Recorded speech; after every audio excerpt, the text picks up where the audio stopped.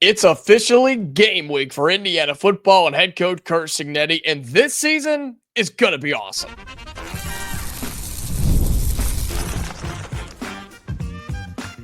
You are Locked On Hoosiers, your daily podcast on the Indiana Hoosiers. Part of the Locked On Podcast Network, your team every day. Welcome, and it is the Locked On Hoosiers podcast. I'm your man, Jacob Goins. I appreciate you being here, making this your first listen or your first watch every single day. We are part of the Locked On Podcast Network, which is your team every day. Today's episode of Locked On Hoosiers is brought to you by FanDuel. Football season is around the corner. Heck, it's here. And visit FanDuel app today and start planning your futures bets now. But we got a lot to get to on today's episode. Indiana basketball sits two exhibition games, one against a team you may or may not know, and another against a big name program. We'll talk about that. Plus, why the SEC finally gave in. The Big Ten hit them a couple of times. Curt Cignetti bullied the biggest, baddest conference in the land, and now they're going to have 9 conference games. But before we get to all of that, it is officially game week for Indiana football. The wait is over. The season is here. College football is back, baby. And we got a little fix right over the weekend with some of the week 0 games. And you had Iowa State, Kansas State, which was disgusting for the first 2.5 quarters of that game. And then it actually became a pretty good fight. And ultimately, Iowa State, against everybody's better judgment, comes out on top and wins that game. You had Kansas playing this weekend. UNLV had to escape, and Dan Mullen had some weird rant in the post-game presser. I mean, week 0 was awesome, but it was week 0. And now we get prepared for week 1 of college football, where, by the way, just in case you didn't know and haven't looked at it, outside of the Indiana game on Saturday afternoon, you have games on Thursday, Friday, Saturday, Sunday, and Monday. That's right. Starting on Thursday, 5 straight days of college football to kick off week 1 of the 2025 season. But of course, the one that we are going to be paying the most attention to is game 1 on Saturday, 2:30 Eastern, 1:30 Central, as Indiana steps inside Memorial Stadium for the first time, taking on Old Dominion. And it's really right about now. When I was watching football Saturday, I was like, man, this is fun, but God, I'm ready for the Hoosiers to get out there. Man, I'm ready to see this team. I'm excited. I'm nervous. They're all kind of built up into one. And I'm sure that you can kind of feel the same way as a fan, because we're confident this year, right? You can obviously tell that I am if you have been watching and listening to the show every day. But there's also some things that we have to figure out. We're expecting the offensive line to be better, but you've got 2 or 3 transfers up there. Do they all connect? Do they all fit? Do they all work, right? You're expecting that your receiving core and your tight end group can still be one of the best in the Big Ten, if not one of the best in the country. But do they have a quarterback that can deliver it to them? Do they have a quarterback in Fernando Mendoza who makes the right decisions, who can get the football out, that can use his legs when he has to, who doesn't turn it over, right? All those things are true. You have a running back room that is stacked, but got to figure it out between Kalen Black and Roman Hemby and Lee Beebe Jr. Who's the man? Who's RB1? Or who do you use in certain situations? Got to figure all that out. Defensively, I have more confidence on that side of the ball, but it's more so of depth and young guys getting in and holding their own when they have to. And we've talked about it ad nauseum, it seems like. You have your first 3 games to figure all of that out. Old Dominion, Kennesaw State, and Indiana State. And you know my thoughts on it, so I'm not going to go deep into this, but I will revisit a take I had a couple of weeks ago, because now even more than ever, I'm going to die on this hill. You can play these first 3 games if you're the Hoosiers, right? Old Dominion, Kennesaw State, Indiana State. That's fine. You can do that. But you better be playing perfect football, or dang near perfect football, when Illinois walks into this stadium on September 20th on that Saturday. You better have everything fixed, everything worked out, no communication issues, none of that mess. I'm not saying you have to play completely mistake-free football. It's impossible, but you should have all the little things gone by the time you play these 3 games. And unfortunately, you're not going to let your starters play a ton of minutes in these games, or hopefully you won't let your starters play a ton of minutes because you'll be winning by a good amount. But that's also a bad thing too. So there's pros and cons. My take is have it all cleaned up and be ready to go when Illinois comes in here, because the jump in talent, the jump in competition that it's going to be after playing Indiana State on a Friday night, then welcoming what will probably be a top 10 Illinois team at that time, you're going to have to find a way to get up off the mat. You're going to have to find a way to prepare even harder and more detailed for Illinois than you did for the first 3 teams combined. But we're not worried about that right now. We're worried about Saturday, August 30th, this weekend against Old Dominion for a sold-out Memorial Stadium, a sold-out season-long Memorial Stadium. And that's what's so cool to me, is that Indiana has decided to really buy in to Indiana football. And I'm talking at all levels: the university, the athletic department, the fan base, the coaches, the players. Everybody has decided to buy in on this Indiana football team. And I actually saw some numbers the other day, some rough numbers about Indiana's revenue sharing model, right? Their revenue sharing idea. And some fans were happy about this and some fans weren't. But let me just say, seems like Indiana's putting some money into football and not as much into basketball as we maybe thought. Again, some fans are super pumped about that on the football side because it needs it. That's what generates revenue. That's what makes money. Others are saying, well, basketball is what we know. This is a basketball school. It's what built us. Why are we not investing what it takes to be good in that sport? More on that side of the conversation later. I'm just saying, as the season kicks off this week and we do get you game ready here on Locked On Hoosiers, that's what I've noticed is Curt Cignetti is locked in. He's making demands when he needs it and because he deserves it.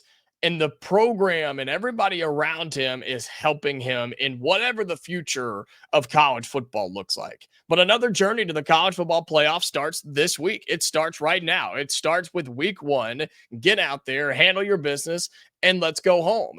Indiana starts another push to the college football playoff this year. And I think this season's going to be awesome. I really, really do. I think we have a good enough team to make a run, make a push, beat some teams we're not supposed to, and handle the ones that we are. I think Indiana is a playoff talented team, but you're going to have to go and earn it this year. You're going to have to earn it. You have to beat Illinois. You have to beat Iowa on the road. You've got to handle some of those weird games like Michigan State and UCLA and Maryland on the road. And then you got to go get one.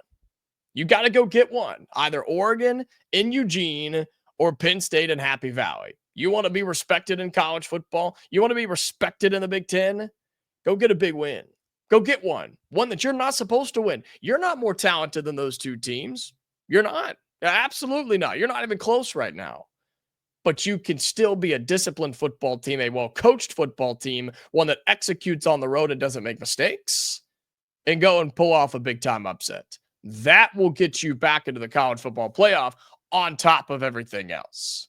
But it starts week 1, and you've got Old Dominion coming this Saturday. We're going to talk so much more as the week goes on. We'll have a full preview for you as well. But I am so pumped that Indiana football is back. Man, college football is back, and it has been way too long, and we are super pumped for week 1 of the Indiana Hoosiers. All right, coming up here on Locked On Hoosiers, we will keep talking football because Curt Cignetti bullies the SEC into a 9-game schedule. It's incredible, right? We'll talk about that coming up next here on Locked On Hoosiers. Today's episode of Locked On Hoosiers is brought to you by Rugiad. Guys, you've probably heard of Viagra or Cialis, and maybe you've even tried them. But if you're looking for something beyond the usual pill, it's time to meet Rugiad Ready. Rugiad is a next-gen prescription treatment designed to amplify arousal in the brain and boost your blood flow. Unlike usual pills that can take hours, Rugiad's 3-in-1 formula dissolves under your tongue and kicks in fast, on average in just 15 minutes. Effects can last up to 36 hours, so you can stay confident and in control when the moment is right. You can even read real customer reviews on their site right now. So if you're kind of like, I don't know, man, can I see what other people have said? Absolutely. Go to the website, and it's helping a lot of people feel more confident and present in the moment. Head to rugiet.com/lockedoncollege and use the code lockedoncollege to get 15% off your order today. That's Rugiet, RUGIET.com/lockedoncollege and use the promo code lockedoncollege for 15% off your order. Individual results may vary with prescription treatment. Compounded drugs are permitted to be prescribed under federal law, but are not FDA approved and do not undergo FDA safety, effectiveness, and or manufacturing review. Please visit Rugiet website for full safety information. All right, welcome back into Locked On Hoosiers. Appreciate you being here, making this your go-to spot for all things Indiana athletics. And make sure that you subscribe to the channel. That's way if you're on YouTube, hit the thumbs up button, leave your thoughts down in the YouTube comments, and subscribe to us. All of those things help us grow as we approach the college football season. So thank you so much for doing that. And if you're listening on audio, whether it's Spotify, Amazon, Apple, doesn't matter to me. I don't care how you listen. I just appreciate you being here. And so make sure that you're following us there, have those notifications turned on so you never miss a new episode with squad shows or special recruiting shows or special guest shows, weekend shows, all that type of stuff. Make sure you have all your notifications turned on so you never miss a new episode. All right, well, we stick on the side of college football and meant to get onto this train late last week when it happened, but life happens and wasn't able to do so. So we jump on it here on this Monday because the SEC finally, after standing tall with their chest way out and looking down on all the other little poor people of college football, and they said, no, we're not going to 9 games. Our 8-game schedule is supreme. Our 8-game schedule is so tough. Our 8-game schedule is the most difficult thing you could ever possibly go through in your history of your life. And then they folded like a lawn chair. They absolutely crumbled like an avalanche, did Greg Sankey and the SEC. And you know why? It was Curt Cignetti. Curt Cignetti bullied the SEC into giving in on everything they believed in, and they are now moving to a 9-game schedule. I'm sure you saw it late last week. The breaking news came out. It's funny because it was Thursday afternoon that we started to see the news that the SEC was moving towards a 9-game schedule. And it's like, all right, we've seen this before. We have seen this. They've been, quote, moving towards a 9-game schedule forever now. But then a few hours later, it happened. And I was like, oh, wow, it actually happened. I was in shock. I couldn't believe it. I couldn't believe that it actually happened. And it's about damn time.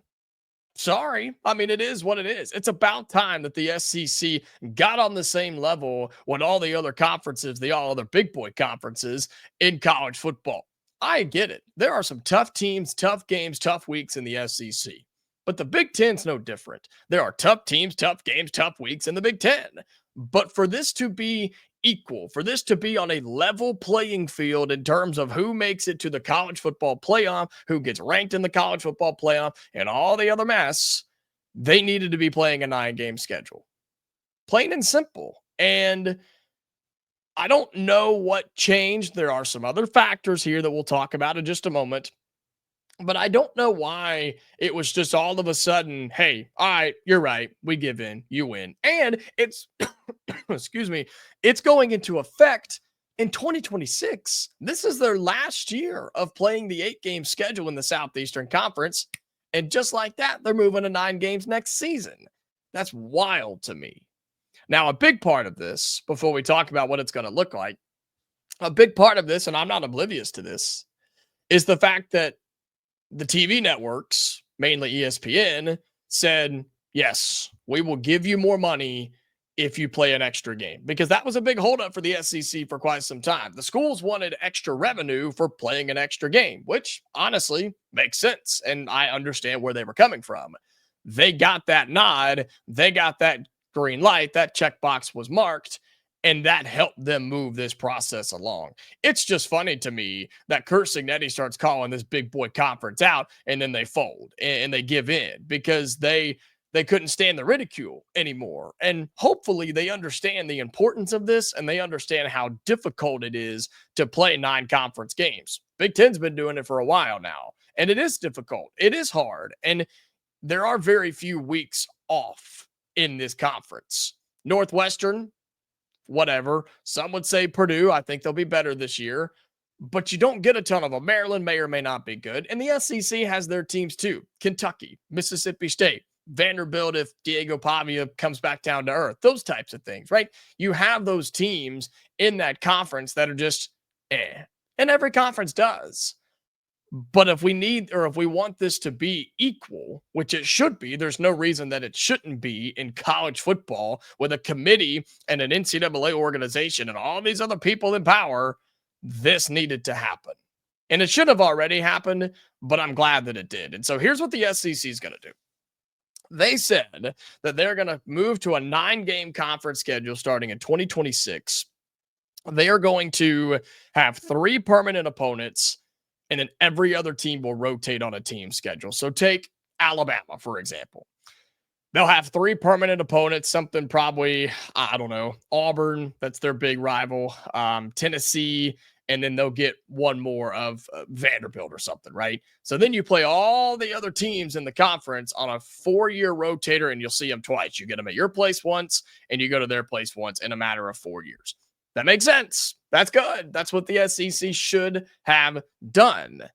It's just, I can't get over this fact that literally just, less than 2 months ago, no, just over a month ago, at SEC Media Days in Atlanta, we got to sit and watch Greg Sankey stand up there on the podium, whether you were there or like us watching on TV or whatever, and we watched him get asked several times about this, and he said, no, we're standing strong on 8 games. We feel that our 8-game schedule is tougher than their 9-game schedule, and our 9-3 is tougher than their 9-3. And we are proud at our conference, and we're not giving into that. And that's not in the works. We don't have any future of doing that. Really? Really? It took 5 weeks for you to give in on that? That tells me that something was already happening. That tells me these conversations were probably pretty deep into the weeds by that time. He just wasn't willing to give up that information yet. And, I get it, but this is what should have happened all along. And here's the problem in college football, whether it's talking about conferences or the playoff or just team versus team comparison, no 2 schedules are created equal. There's not 2 teams in America that you look at their schedules side by side and say, yep, that's the exact same. It is the exact same difficulty rating, exact same easy rating, whatever you want to use, strength of schedule, strength of record, right? Which apparently the college football playoff has just now decided to start using strength of record. Did you see that headline the other day? They said, we're going to start using some fancy analytics and start using some extra numbers to help us out with our rankings, and boil it down. It's literally strength of record. That's what they decided they were going to do. They said, we're going to use this crazy new metric that we just discovered called SOR, strength of record, that goes just beyond the strength of your schedule, but what your record says about the team that you are, about the teams that you beat and didn't beat, and what they do to the teams on their schedule too. Crazy idea. Way to go, College Football Playoff Committee. Bunch of jokes. Anyway, that's what the SEC needs, because there are no 2 schedules created equal, 2 records that are the same. It's impossible to get there, but at least playing the same amount of conference games helps us understand it a little bit better. It's easier to compare when Ohio State plays 9 games compared to Texas playing 9 games, right? I know they play each other head on, but you see what I'm saying here. You're comparing at least apples to apples. Now, one's a red apple, one's a yellow apple, but at least it's the same fruit, right? You can at least have some similarities here to where you can have a better debate, better discussion, better argument for when one team makes it into the playoff over the other, or somebody makes it higher ranking in the playoff than the team before them or after them. And so this should have happened a long time ago. I just love that the Big Ten finally got them to do it, finally made them give in, because then the Big Ten said, all right, cool, we'll start threatening 2018 playoffs and see how that goes. And clearly they didn't like that. And I just love that Curt Cignetti was at the head of this. I just think Curt Cignetti, being the guy that he is, just having really no care in the world about what anybody thinks about him, knowing that he's a bad dude at the coach of Indiana and just came off a college football playoff. He can kind of say whatever he wants. And he helped lead this charge for the SEC to finally move to a 9-game conference schedule. They'll do it at the start of 2026. All right, coming up on our final segment of Locked On Hoosiers, we'll flip over to basketball as the Hoosiers have already played 3 games in Puerto Rico. They got 2 more exhibitions coming up before the season even starts. We talk about that in our final segment here on Locked On Hoosiers. Today's episode of Locked On Hoosiers is brought to you by FanDuel. August 26th is officially FanDuel Futures Day. That's tomorrow. A brand new holiday for football fans who live for bold predictions and preseason hunches. For just 24 hours, FanDuel is giving you deals on NFL season predictions. So whether you're calling for your MVP, eyeing a long shot division winner, or you're ready to crown a Super Bowl champ before week 1 even begins, this is your moment. Several dudes could go out and win MVP. Maybe Jaden Daniels, maybe Josh Allen. Do you think Patrick Mahomes gets back in there in that conversation? Or maybe, maybe you're a Colts fan, like I'm sure a lot of you are. Maybe you're a Daniel Jones believer. And you think that he can lead our Colts to the promised land. You can bet on that too. Coming up tomorrow on FanDuel. Visit the FanDuel app and start your planning your futures bets now, because Futures Day is one day and one day only. FanDuel, play your game.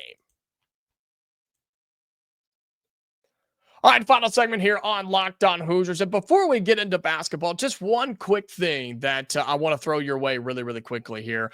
Locked On has a request that we want to hear from you, our listeners, our watchers, our fans. We want to hear from you. We've put together a survey to learn more about our listeners and make your favorite podcast even better. This is your chance to tell us what you like, what you don't, and kind of answer some questions about our advertising, okay?